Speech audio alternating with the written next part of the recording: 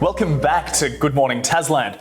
By now you've probably heard about Tasland's international commitment to reduce the country's greenhouse gas emissions by 40% by 2030. And Prime Minister Carrie Ryan's plan of action to meet that target, the Emissions Trading Scheme or ETS, comes into force tomorrow. There are some high stakes for liable companies who will be hit with hefty fines if they don't comply.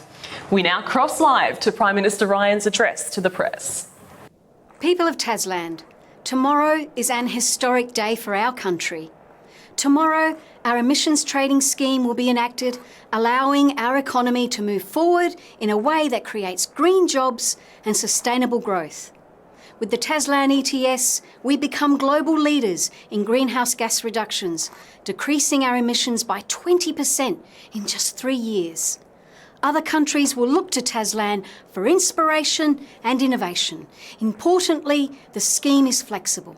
Liable entities can find the most efficient way to comply for their particular company, whether this means obtaining allowances through auction, buying carbon offsets, or reducing their emissions.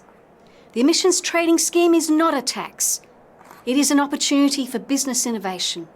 I know that the companies of Tasland will rise to the occasion and make us proud. Sounds like it's all sunshine and roses, Diane. It's certainly good news for future generations, but for companies liable under the ETS, those in the mining, power, cement and iron and steel sectors, it could be a challenging adjustment. Yeah, liable companies must decide. Will they reduce their emissions by purchasing new technology straight away, or will they decrease production? Will they play the market and secure a good price for allowances at auction or buy carbon offsets?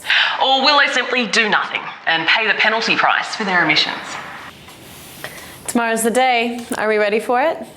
We've got our marginal abatement cost curve. The good news is automating our equipment is a quick fix that will save us money. The bad news is that's not enough of an emissions reduction to cover our entire liability. So what else is on the table? We have 4 other upgrades we could implement. They're going to cost us money, but they will permanently reduce our emissions. And all the options the Prime Minister mentioned are there too. Purchasing allowances, purchasing offsets, and paying the penalty price. So we need to look at our possible abatement projects, the penalty price. And the prices of offsets and allowances. And those change over time, so we'll need to keep an eye on them. Sounds doable. I think our carbon and energy management team will be on top of it.